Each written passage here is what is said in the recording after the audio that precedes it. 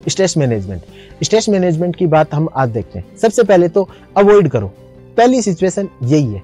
सबसे पहले अवॉइड कर दो जो भी स्ट्रेसफुल सिचुएशन है। कुछ भी कोई यदि आपको आके बोले कि आप ना मतलब पढ़ने में तो बहुत कमजोर हो, आप तो यूपीएससी कभी निकाल ही नहीं पाओगे, निकाल लोगे तो आपकी रैंक नहीं आएगी, इस तरीके की मैंने हजारों बातें मैंने भी सुनी है। लेकिन उनको अवॉइड करो कि चिल, तू जो बोलना है बोल ले, रिजल्ट के बाद ही हम बात करेंगे। यदि रिजल्ट नेगेटिव भी आ गया तो कोई नहीं, अगले रिजल्ट के बाद बात करेंगे। तो इस तरीके से जो अननेसेसरी है ना स्ट्रेस, उसको अवॉइड कीजिए। आप जैसे ट्रैफिक में कहीं जा रहे हैं तो ना मतलब कि यदि ट्रैफिक में किसी और की गलती है तो उस चीज से आप स्ट्रेस में मत आइए कि ना मैं तो उसको मार दूंगा, मैं पीट दूंगा। ये अननेसेसरी स्ट्रेस है, इनको क्या कीजिए, अवॉइड कीजिए कि लाइफ चिल है, ठीक है, जो भी है अच्छा है। फिर जो अब पहला यदि अवॉइड नहीं कर सकते, अब स्ट्रेसफुल सिचुएशन आ गई है, अब उसको अल्टर करने की कोशिश कीजिए कि थोड़ा सा तो बदलाव कर सके उसमें। जैसे आपका रिजल्ट है वो नेगेटिव आ गया है, अब ये अननेसेसरी स्ट्रेस नहीं है, आप उसको अवॉइड नहीं कर सकते कि यार एग्जाम तो एकदम ही चलो साइड में जाने दो, नहीं। अब तो आपको उसको स्ट्रेसफुल सिचुएशन में जाना है, लेकिन आप उसको अल्टर कर सकते हो। किस तरीके से कि रिजल्ट नेगेटिव आया है तो मैं मेरी सारी गलतियों को अपनी डायरी में लिखता हूँ। यदि डायरी में जो मैं गलतियां इस बार लिख लूंगा ताकि अगली बार रिपीट नहीं करूंगा। ये हो गया सिचुएशन को अल्टर करना कि आपके पास आपकी जो सिचुएशन थी बहुत ज्यादा एकदम डिप्रेशन वाली सिचुएशन थी, लेकिन उसमें भी आपने एक मोटिवेशन का पॉइंट ढूंढा कि मैं मेरी गलतियों को पहचान लूंगा और उसको सही कर लूंगा। तो ये होता है कि सिचुएशन के जो स्ट्रेसफुल सिचुएशन होती है उसको अल्टर करना। अब यदि आप उसको अल्टर भी नहीं कर पा रहे हो, आपको घर वाले बोल रहे नहीं तूने बहुत बेकार किया, खुद भी आप बोल रहे हो बेकार किया, तो उस स्ट्रेस को क्या करो, अडेप्ट करने की कोशिश करो। आप सोचो कि हाँ ये जैसे कि मतलब हो गया, लेकिन इसमें मैं तो कुछ चेंज नहीं कर सकता, लेकिन आप उसको क्या कर सकते हो, थोड़ा सा अडेप्ट कर लो अपने आप को कि इस स्ट्रेसफुल सिचुएशन में मेरे को। तो ये जनरली मैं करता था कि जब मुझे पता होता था कि इस तरीके का स्ट्रेस आएगा, तो जैसे एग्जाम का रिजल्ट आने से पहले मैं ये लिख लेता था कि यदि मैं एग्जाम के अंदर फेल हो गया तो ये 5 चीजें मुझे ध्यान में रखनी है कि ये मेरा अडेप्ट करूंगा स्ट्रेस को किस तरीके से। ये 5 चीज मैं कि ना मैं थोड़ी देर बैठ के मेरी गलतियां रियलाइज करूंगा, मैं अपने अच्छे दोस्तों से बात करूंगा, मैं बाहर घूमने चला जाऊंगा, मैं खाना खाऊंगा। इस तरीके से कुछ मैं सिचुएशंस को लिख लेता था कि स्ट्रेस को मुझे अडेप्ट करना ही पड़ेगा, कोई दूसरा सिचुएशन नहीं हो सकती। तो आप सोचिए कि आपकी लाइफ में कहाँ कहाँ से स्ट्रेस जनरेट होते हैं। जहां से आपकी लाइफ में स्ट्रेस जनरेट होते हैं कि आपका ना रिजल्ट फेलियर से हो सकता है, आपकी जॉब छूटने से हो सकता है, आपकी एक्सपेक्टेशंस पूरा होने से नहीं हो सकता, आपकी सोशल लाइफ में हो सकता है, आपकी पर्सनल लाइफ में हो सकता है। तो आप सोचिए कि आपकी पर्सनल लाइफ में जो आपका स्ट्रेस का कारण है, यदि वो हो जाए तो आप किस तरीके से अडेप्ट करोगे। 5 बातें पहले से लिख के रखिए, क्योंकि जब स्ट्रेस वाली इवेंट होती है उसके बाद दिमाग काम नहीं करता कि मैं उसको किस तरीके से अडेप्ट करूं। तो तीसरी स्ट्रेटेजी जो है कि स्ट्रेस को अडेप्ट करना है, उसके लिए आप पहले से डायरी के अंदर लिखिए कि ऐसा स्ट्रेस आएगा तो मैं इसको इस तरीके से अडेप्ट करूंगा। उसके बाद जो लास्ट चीज है, अब आप ना चेंज भी नहीं कर सकते। अब मतलब कि अपने कोई अननोन ही स्ट्रेस आ गया, जैसे किसी फैमिली मेंबर की डेथ हो गई या कुछ ऐसा स्ट्रेस जो आप पहले से सोच भी नहीं सकते और उनको अडेप्ट भी नहीं कर सकते, उन चीज़ों को आप एक्सेप्ट कर लीजिए कि मैं इस चीज़ को चेंज कर ही नहीं सकता। अब मानिए कि आपका कोई बहुत ही नियर एंड डियर है, उसकी डेथ हो जाती है, तो आप उसको क्या कर सकते हो, आपको एक्सेप्ट करना पड़ता है, क्योंकि आप उसको चेंज नहीं कर सकते। फालतू में उसका स्ट्रेस लेने से आपको कुछ ज़्यादा फायदा भी नहीं होगा, तो इसलिए आप उन चीज़ों को एक्सेप्ट कीजिए।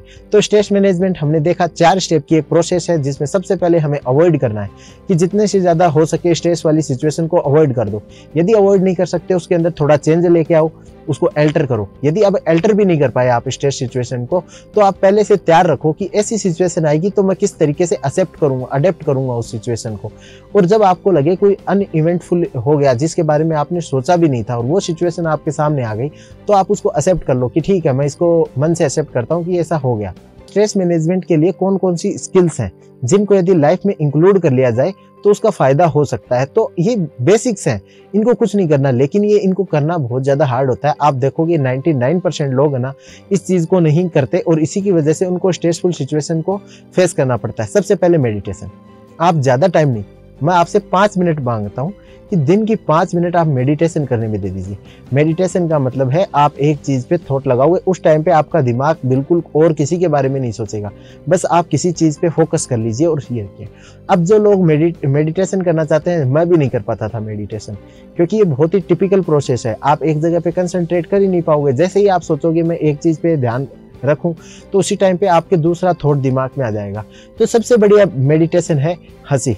आप हंसते रहिए, हंसने के लिए आप किसी कॉमेडी वीडियो को देखिए। और आपको एक खास बात बताता हूँ मैं कि जब आप हंसते हो ना तो आप किसी चीज़ के बारे में नहीं सोचते, और जब किसी चीज़ के बारे में नहीं सोचते वो अल्टीमेटली आपके लिए एक मेडिसिन, जो मेडिटेशन का काम करेगा।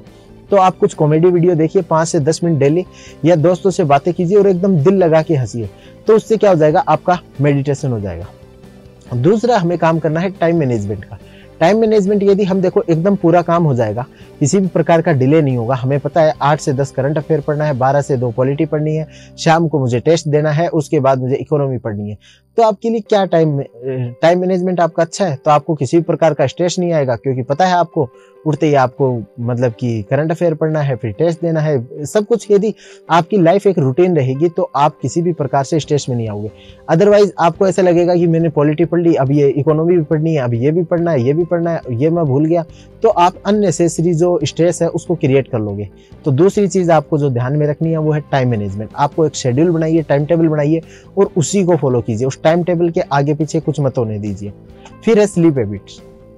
तो हमारी जो बायोलॉजिकल क्लॉक, जिसके लिए 2018 या 19 में जो हमें नोबेल पुरस्कार मिला था बायोलॉजी में, तो वो बहुत अच्छी बात है इसमें कि हमारी बायोलॉजिकल क्लॉक सेट होती है कि इस टाइम पे हमें ये करना है।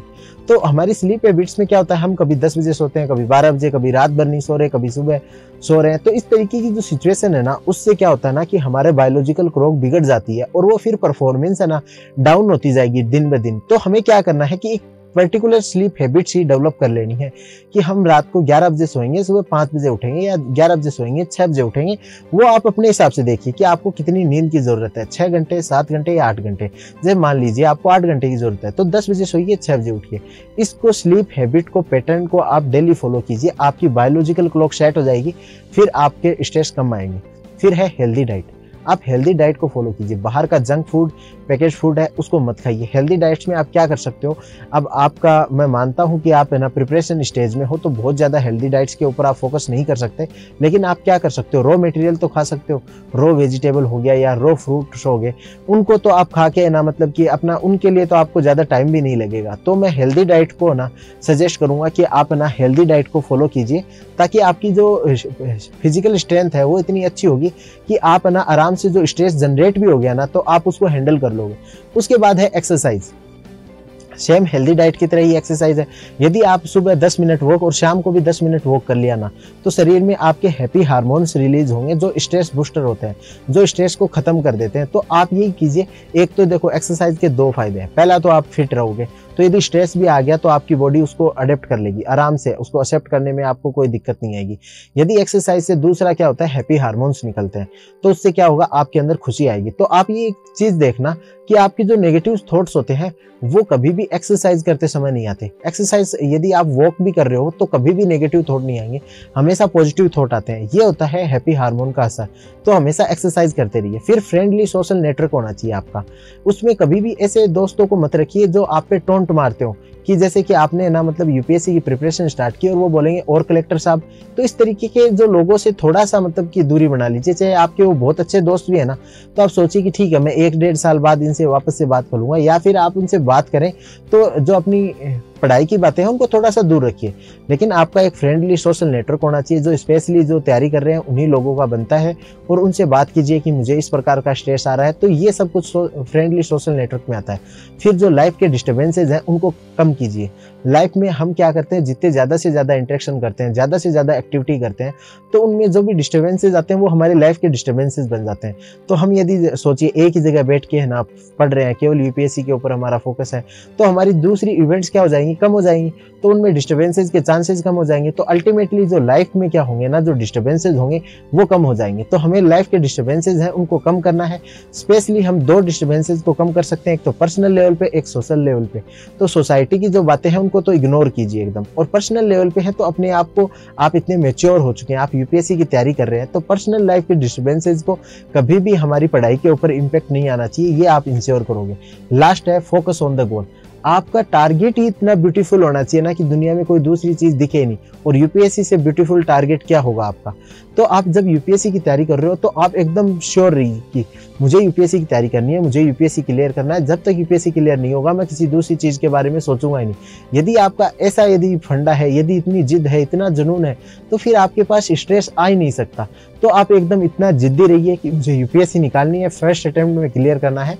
तो ये आपको जरूर करना है। तो ये हमने देख लिया कि किस तरीके से स्ट्रेस के क्या क्या कारण होते हैं, फिर उसको अडेप्ट करने के लिए कौन कौन सी स्किल्स, हमने 4 स्किल्स की बात की, जो 4 जो मेथड्स हैं उनकी बात की थी।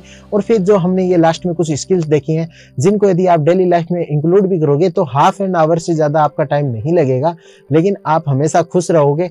और वो ये चीज़ें जो आप खुश रहना सीख जाओगे ना, एग्जाम ड्यूरेशन में, एग्जाम के बाद भी काम आएंगे। यदि आप आईएएस बन गए, आईपीएस बन गए, तो आपके पास कितना वर्कलोड आएगा, उस समय भी तो स्ट्रेस आएगा। तो उस समय भी मैनेज करने के लिए यही चीजें आपको जरूरत पड़ेंगी। तो ये बहुत ही एक अच्छा लेक्चर रहा अपना, जिसमें हमने मैनेजमेंट, स्ट्रेस मैनेजमेंट की बातें की। मैं आप सभी से यही चाहता हूँ कि आप स्ट्रेस पे ध्यान दीजिए, कभी भी स्ट्रेस में मत आइए, अपने दोस्तों के साथ भी इसको शेयर कीजिए। और ऑल द बेस्ट आपको आने वाले एग्जाम के लिए। Let's crack it.